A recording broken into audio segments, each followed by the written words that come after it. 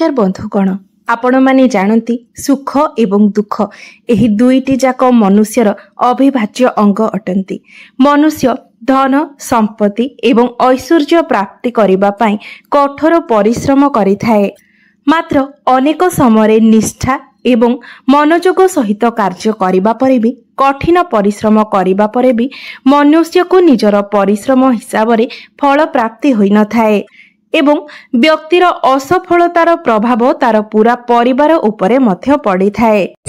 गृहरे वाद विवाद क्लेश एवं कलहर मध्य वृद्धि होई थाए एवं परिवारर आवश्यकता अनुसार धन अर्जन नहेबा जोगु परिवार रे अनेक आर्थिक समस्या मध्य देखा जाय थाए एवं एही सबु समस्या गुड़िक फल रे एसबुर प्रभाव आमर मानसिक एवं स्वास्थ्य उपरे मध्य पड़ी थाए एवं एसबुर प्रभाव आमर सामाजिक मान सम्मान एवं पद प्रतिष्ठा उपरे मध्य आंच आसी थाए एवं एही सबु चिंतापूर्ण परिस्थितिर कारण आम गृहरे थिबा नकारात्मक ऊर्जा गुड़िक होई थाए।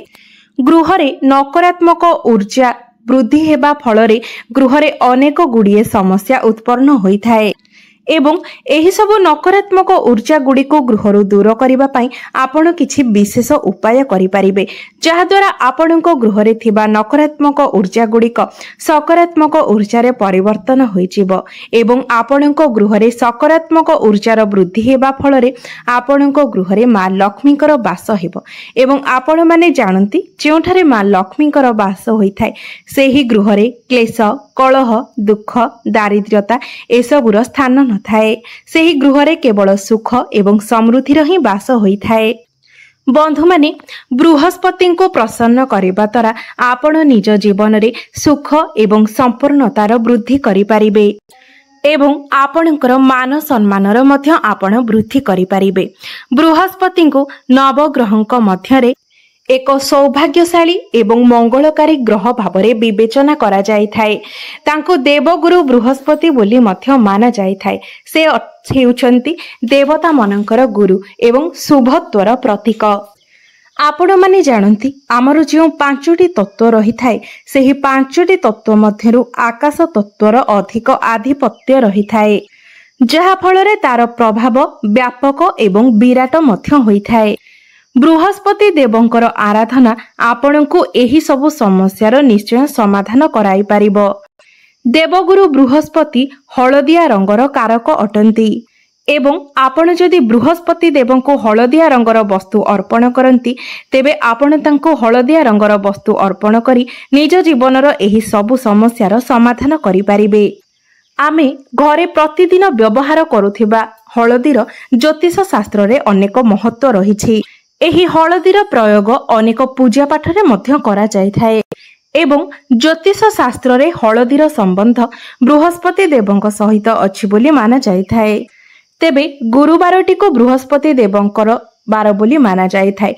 तेबे आपण जदि गुरुवार दिन हलदीर एही उपाय करि नियंती तेबे एहा द्वारा आपण निज जीवनरु अनेक गुड़िए समस्यार समाधान करि परिबे।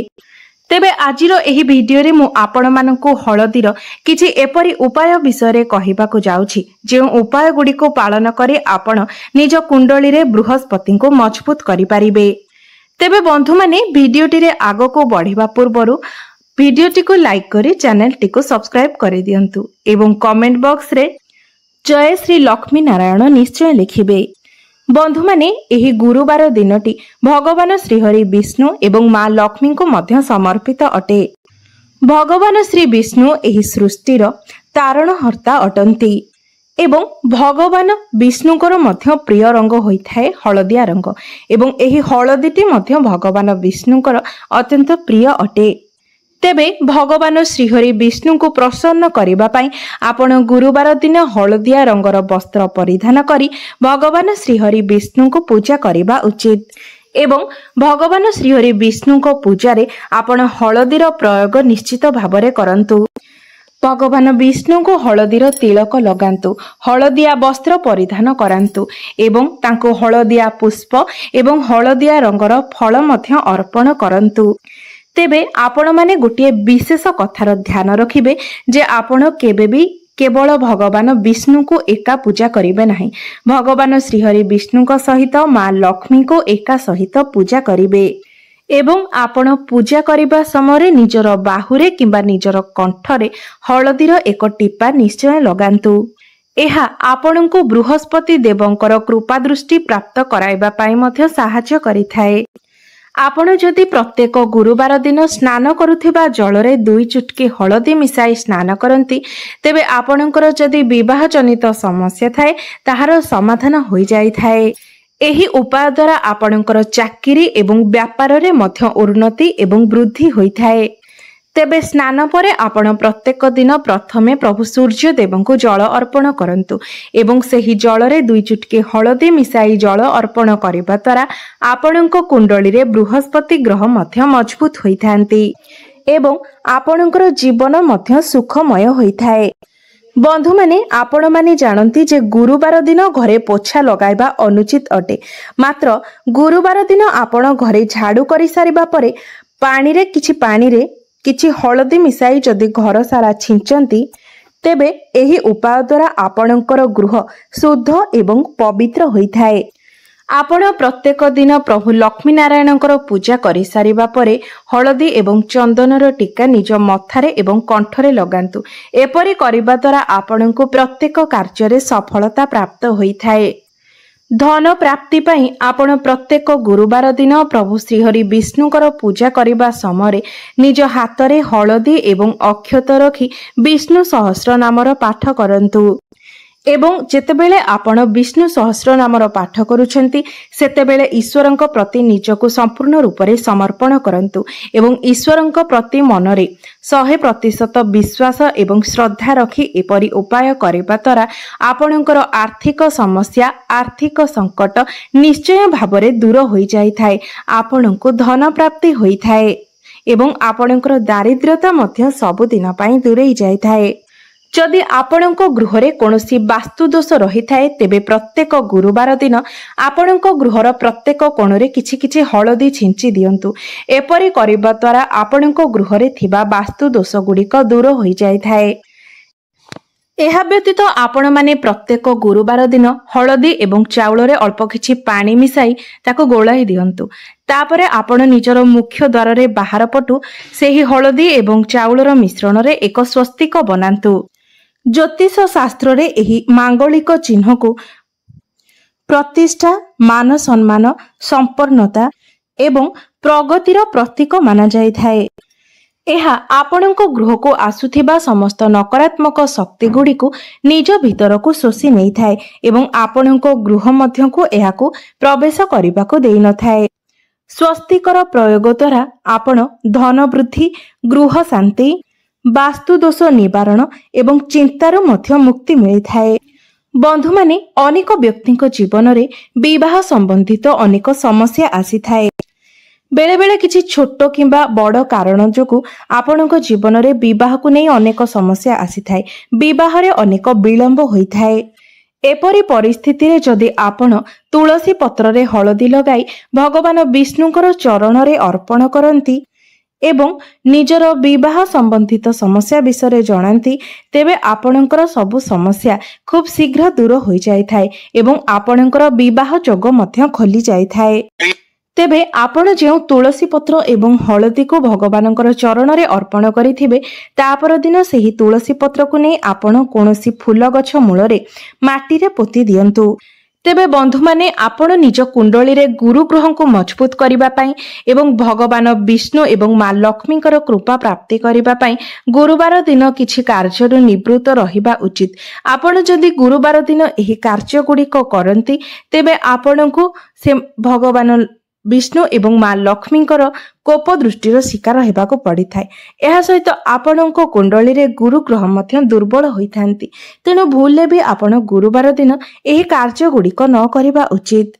तेबे बंधु माने प्रथम कथा हेउछि आपण गुरुवार दिन सर्वदा सात्विक भोजन सेवन करंतु। गुरुवार दिन माछ मांस किंबा मद्यपान ठारू दूरे रुहंतु।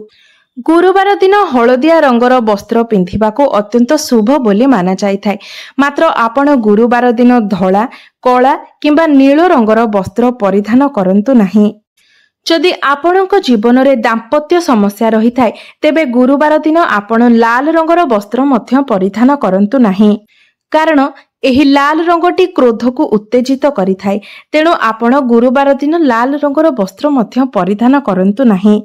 गुरुवार दिन आपण काहाको पैसा उधार दियंतु नाही। जेते दूर संभव आपण गुरुवार दिन पैसा देण नेण ठारू दूरेई रुहंतु। एवं गुरुवार दिन आपण संध्या समय जेतेबेले दीप जालुछंती सेही दीपरे आपण 2टी लवंग पकाई दीप जालंतु। एहा आपणको अधिक शुभ फल प्रदान करिथाए। आपण जदि गुरुवार दिन हळदीर दान करंती तेबे आपणकर स्वास्थ्य संबंधित समस्या गुड़िक दूर हो जाए। बंधु माने जदि आपणको समस्तଙ୍କ ठारू धोखा मिलुछि, आपणको आपणकर चतुर्दिगरे केवल समस्या ही देखा जाउछि एवं जीवनटा जेमिति समस्याग्रस्त भली मने हेउछि, तेबे एपरी परिस्थिति रे आपण प्रत्येक गुरुवार दिन श्रीहरि विष्णु को हळदीर तिलक लगांतु एवं ऐं क्लीं बृहस्पतये नमः एही मंत्र को कम से कम 108 थर जप करंतु। विश्वास करंतु एही उपायटी करिबा द्वारा आपणकर सोई रहिथिबा भाग्य मध्य जागृत होई जाय थाए। आपण गुरुवार दिन जदि गोटे हळदी गंठी को निजर गଳାରେ किंबा बाहुरे बांधंती तेबे एहा हळदिया पोखराज भली काम करिथाए। एहा आपणको कुंडली रे गुरु ग्रह को मजबूत बनाई थाए। बंधु माने आजिर जुगरे पर्याप्त धन बिना आमे जीवन यापन करिबा असंभव अटे। तेबे आमे अनेक परिस्थिति रे अनेक परिश्रम करिबा सत्वे मध्य आमको पर्याप्त धनर प्राप्ति होई न थाए।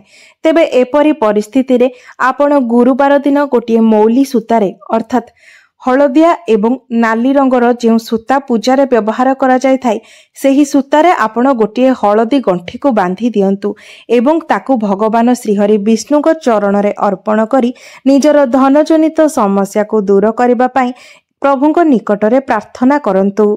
तापरे आपण सही सूता एवं हळदी गंठी को निजर कार्य क्षेत्र रे किंबा निज घरे धन रखुथिबा स्थान रे रखि दियंतु।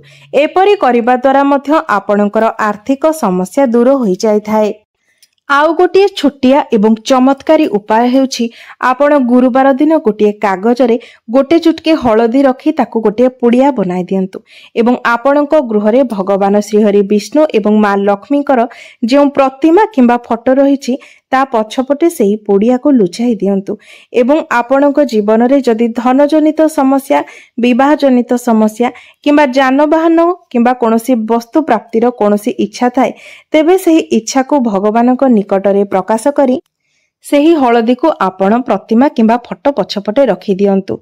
एपरी करिबा द्वारा आपणकर इच्छा अल्प दिन मध्यरे पूर्ण होई थाए एवं जेतेबेले आपणकर मनस्कामना पूर्ण हेबो तापरे आपण एही हळदी को नै निजर तुलसी गछ मूलरे माटी रे पोती दियंतु। तेबे बंधु माने एहा थिला हळदीर किछि चमत्कारी उपाय जो उपाय को जदि आपण प्रत्येक गुरुवार दिन पालन करंती तेबे निश्चय भाबरे आपणक जीवन रे चलीथिबा समस्या गुड़िक दूर होइजिबो। बंधु माने शेषरे गोटे कथा कहबा को चाहूची, आम जीवन रे ग्रह मानकर स्थिति सबु बेले परिवर्तन हेबो। केतेबेले ताहा आमको शुभ प्रभाव देबो तो केतेबेले पुनी अशुभ प्रभाव देबो। तेबे एहा मध्यरे जदि आमे एही सबु उपाय गुडी को पालन करिबा तेबे निश्चय भाबरे आम जीवन रु अनेक गुडीए समस्या दूर होई जाय पारिबो। तेबे समस्त उपाय गुडीक आम मन रे संपूर्ण भक्ति एवं विश्वास रखी करिबा द्वारा ही ताहा फलदायी होई थाए। तेबे बंधु माने मोर एही भिडियोटी जदि आपण मानकु भलो लागि थाए तेबे भिडियोटी को लाइक करी चैनल टी को सब्सक्राइब करि देबे एवं कमेंट बॉक्स रे जय श्री लक्ष्मी नारायण निश्चय लिखिबे।